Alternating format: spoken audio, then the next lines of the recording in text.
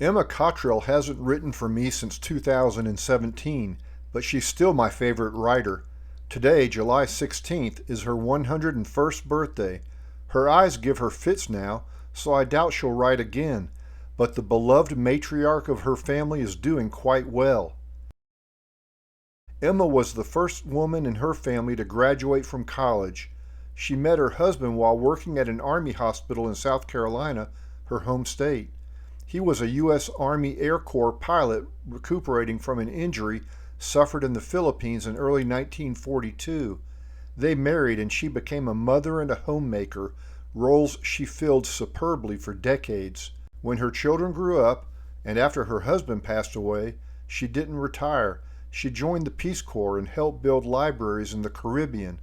Then she took a position as librarian at a Metro Atlanta college, and she began writing stories and poetry, although perhaps that started long before. Emma showed up in my life in 2006 when she was 82 years old. She submitted to Georgia Backroads magazine a poem called 31 Boys about a Confederate cemetery in Oxford, Georgia, with 31 unidentified dead. We published the story in the summer 2006 issue. Pause the video here to read it. I next heard from Emma about 5 years later when she saw Private Rasho Crane, a musician in a Wisconsin regiment who perished at Andersonville, on the cover of the spring 2011 issue. She called to say how much the photo moved her.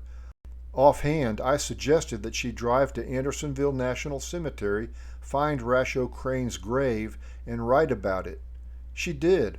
Her poem, Your Real Enemy Was Fate, appeared in the very next issue, summer 2011.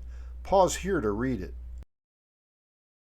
In 2012, Emma volunteered to write about two soldiers, one blue and one gray, who died at the Battle of Chickamauga, but only if I would take her on a tour of the battlefield.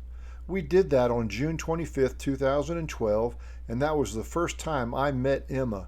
She was 88 years old, but looked about 60. Here she peers into the Brotherton cabin with her daughter Cammie, who served as chauffeur that day.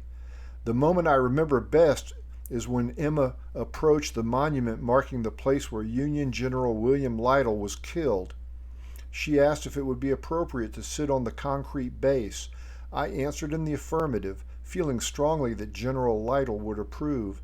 Emma took a seat and suddenly she was no longer with me.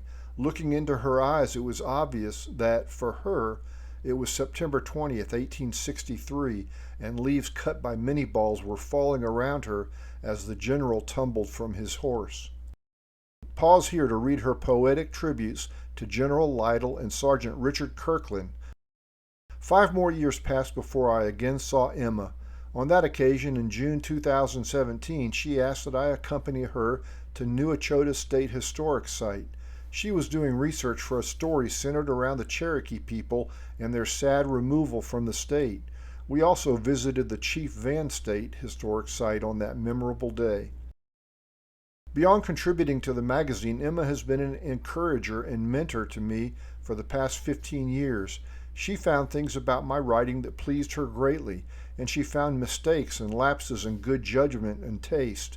She knew just how to approach me so that I would reconsider, and I trusted her completely because her aim was, so clearly, to teach and to help me improve. Last week I received a call at my office from Jason Cottrell, one of Emma's grandchildren. His voice was choked with emotion, and I briefly feared that something had happened. But it wasn't that. He was simply overwhelmed by his love for Emma and a tribute he had written in her honor. With Emma by his side, he read aloud his poem, Emma's. With Jason's permission, I'll read it now.